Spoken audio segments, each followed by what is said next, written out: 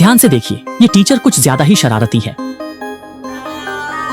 गांगडान एक ट्रांसफर छात्र है क्योंकि उसने अपनी पिछली स्कूल में अपने हाथों से 50 टीचरों को मार डाला था, इसलिए मजबूरी में उसे इस स्कूल में आना पड़ा। गांगडान स्कूल पढ़ने नहीं बल्कि अपनी असली पहचान छुपाने के लिए आता है क्योंकि वह उत्तर कोरिया का एक टॉप सीक्रेट एजेंट है। लेकिन स्कूल के पहले ही दिन अनजान स्कूल के गुंडे ने उससे पंगा ले लिया। ध्यान आकर्षित न हो इसलिए उसे सब कुछ सहना पड़ा, लेकिन गुंडा फिर भी नहीं रुका और अपने साथी से उसका बटुआ मंगवा लिया।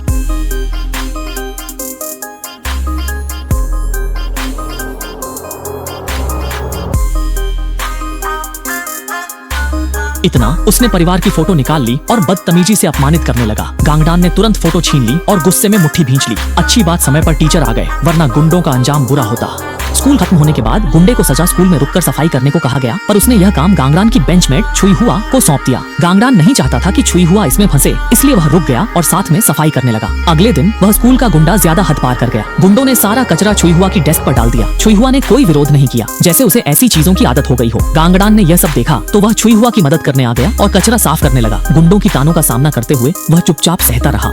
क्लास के दौरान टीचर ने देखा कि गांगडान ब्लैकबोर्ड की तरफ देखे बिना पढ़ाई कर रहा है, तो उन्होंने उससे जेनेटिक्स से जुड़ा सवाल पूछा। छुईहुआ वाकई बहुत वफादार दोस्त है, कोई भी परेशानी आए तो सबसे पहले मदद के लिए आगे आता है। लेकिन गांगडान जो एक एजेंट है, उसने एक नजर में ही जवाब देख लिया और उसे ऐसे सुना दिया जैसे रटा हुआ हो। उसकी इस जवाबदेही से वहाँ बैठे सारे लोग हैरान रह गए। ये मूर्ख तो असल में एक टॉपर निकला। स्कूल खत्म होने के बाद स्कूल के गुंडे खुद को रोक नहीं पाए और फिर से गड़बड़ करने लगे। अनिवार्य शिक्षा से बचे कुछ लोगों ने स्कूल की सबसे खूबसूरत लड़की को लैब में खींच लिया और उसे बायोलॉजी पढ़ाने की जिद करने लगे। चूंकि वहाँ काफी शोर हो रहा था, इसलिए घूमते हुए गांगडान ने यह सब देख लिया। भले ही स्कूल की सबसे खूबसूरत लड़की यह सब सहन कर ले, लेकिन गांगडान ये बर्दाश्त नहीं कर सकता। आखिर कोई मेरी बेंचमेट को चुपचाप बायोलॉजी पढ़ाने की हिम्मत कैसे कर सकता है। गुंडों ने देखा कि ये वही बेवकूफ है, तो उनमें से एक छोटा गुंडा आगे बढ़कर हाथ उठाने ही वाला था। तुम्हें उसे तुरंत मारना चाहिए, उसे बिल्कुल भी मत छोड़ो, उसे मारो। गुंडा भी डटकर आगे आया और एक घूंसा मारा, लेकिन बस एक तेज कड़क की आवाज आई। अब तो गुंडा पूरी तरह से हैरान रह गया।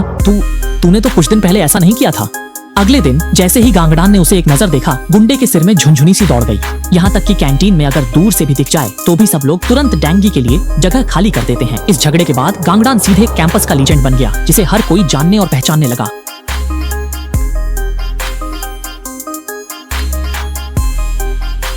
वे नहीं जानते थे कि बाहर से सीधा साधा दिखने वाला गांगडान उत्तर कोरिया का सबसे युवा टॉप लेवल एजेंट है। रात गांगडान संगठन से एक मिशन मिला। उसके वरिष्ठ अधिकारी ने उसे एक जासूस सांबियाओ खत्म करने का आदेश दिया। व्यक्ति बेहद खतरनाक है और पहले ही संगठन के कई एजेंट्स को मार चुका है। गांगडान तुरंत अपनी प्यारी छोटी मोटरसाइकिल पर सवार हो गया। उसे इस बात की भी परवाह नहीं थी कि कहीं ट्रैफिक जाम तो नहीं होगा। वह सबसे पहले एक छोटे से किराना स्टोर पर गया और अंदर घुसते ही बोला, लाइक और फॉलो करिए। दुकानदार तुरंत समझ गया कि इसका क्या मतलब है। इसके बाद वह एक केक की दुकान पर भी गया। जैसे ही दुकानदार ने सुना, वह तुरंत समझ गया और गांगडान को एक केक दे दिया। गांगडान ने केक के अंदर से एक पिस्तौल और दर्जनों गोलियां निकाली और सारी गोलियां लोड कर लीं। अगले दिन सुराग के आधार पर उसने सबसे पहले सांबियाओ के साथी को ढूंढ निकाला। दरवाजा खोलते ही सीधे उसे बेहोश कर दिया। जब तक वह संभल पाता, तब तक उसे लगातार पीटते हुए चिंगारियों और बिजली की तरह मारते रहे। बस पूछते रहे, बोलता है या नहीं, बोलता है या नहीं, सच बताएगा या नहीं। अरे ऐड भाई, मैं बोलूंगा, मैं सब बता दूंगा, लेकिन आपने मुझसे अभी तक कुछ पूछा ही नहीं। भाई आप पूछिए, क्या जानना है? पूछिए कि सांबियाओ कहाँ है, नहीं तो गोली खानी पड़ेगी। वह है।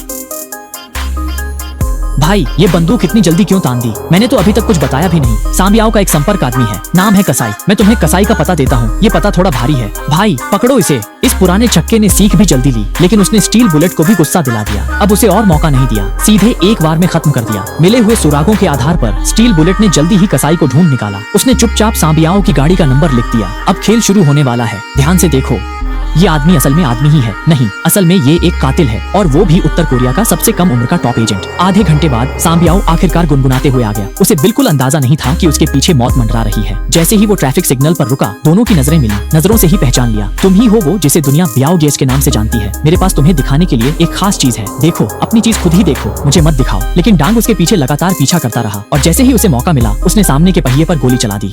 छोटी गाड़ी नियंत्रण खो बैठी और सीधे पानी की दीवार से टकरा गई। डांग गाड़ी से उतरकर देखने आया। ओह, अभी मरा नहीं है। आज हाथ में अच्छा फील नहीं है, इसलिए फिलहाल तुम्हें छोड़ देता हूँ। लेकिन सांबियाओ भी कोई आसान आदमी नहीं था। उसने जल्दी ही गांगडांग का ठिकाना पता लगा लिया और सीधे उसके पालक माता पिता को खत्म कर दिया। गांगडांग जैसे ही घर लौटा, उसे कुछ अजीब लगा। जब उसने सांबियाओ को देखा तो उसे कोई हैरानी नहीं हुई।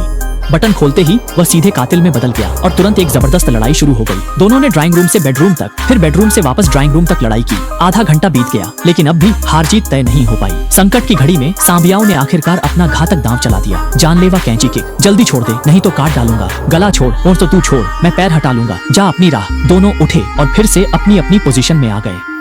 लेकिन सांबियाओ नियमों की परवाह किए बिना बंदूक निकालने ही वाला था। अच्छा हुआ कि स्टील एग ने तुरंत खतरा भांप लिया और फिर से छोटी छुरी निकालकर स्टील बुलेट पर वार किया। उसने फर्श पर पड़ी शराब की बोतल उठाकर छुरी का वार रोक दिया। फिर अचानक एक झटका देकर छुरी छीन ली। 1 2 3 बार, एक के बाद एक धारा प्रवाह घातक वार किए। उसकी कमर तो जैसे टूट ही जाती। मिशन पूरा हुआ और उसने अपने पालक माता पिता का बदला भी ले लिया। साथ ही अपनी पालक माँ से आखिरी विदाई भी कर ली। एक बार में गैस पाइप काट दी।